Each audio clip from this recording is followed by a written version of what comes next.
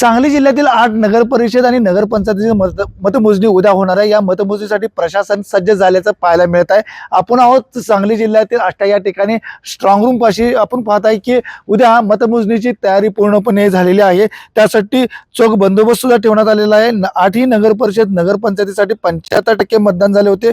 उद्या या मतदानाची मतमोजणी पार पडणार असून 8 ठिकाणी प्रशासनाकडून मतमोजणीसाठी चोख तयारी करण्यात आली असून स्ट्रॉंग रूम ठिकाणी मतमोजणीची तयारी करण्यात आली आहे। मतमोजणीसाठी जवळपास 746 कर्मचारी नियुक्त करण्यात आले आहेत। एकूण 27 फेऱ्यांमध्ये 8 नगर परिषद नगरपंचायतीसाठी मतमोजणी होणार आहे। ईश्वरपूर नगरपंचायतीसाठी सगळ्यात जास्त 6 फेऱ्या होणार आहेत, तर सर्वाधिक कमी फेऱ्या या शिराळा नगरपंचायतीसाठी होणार आहेत। सकाळी 10 वाजल्यापासून या ठिकाणी मतमोजणीला सुरुवात होणार असून 2 तासामध्येच मतमोजणीचा निकाल हाती येणार आहे। सांगली जिल्ह्यातील जयंत पाटील, विश्वजित कदम आणि पालकमंत्री चंद्रकांत पाटील यांची प्रतिष्ठा पणाला लागल्याचं पाहायला मिळणार आहे।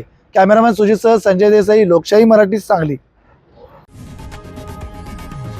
लोकशाही मराठी ऐका, पहा, जागरूक रहा।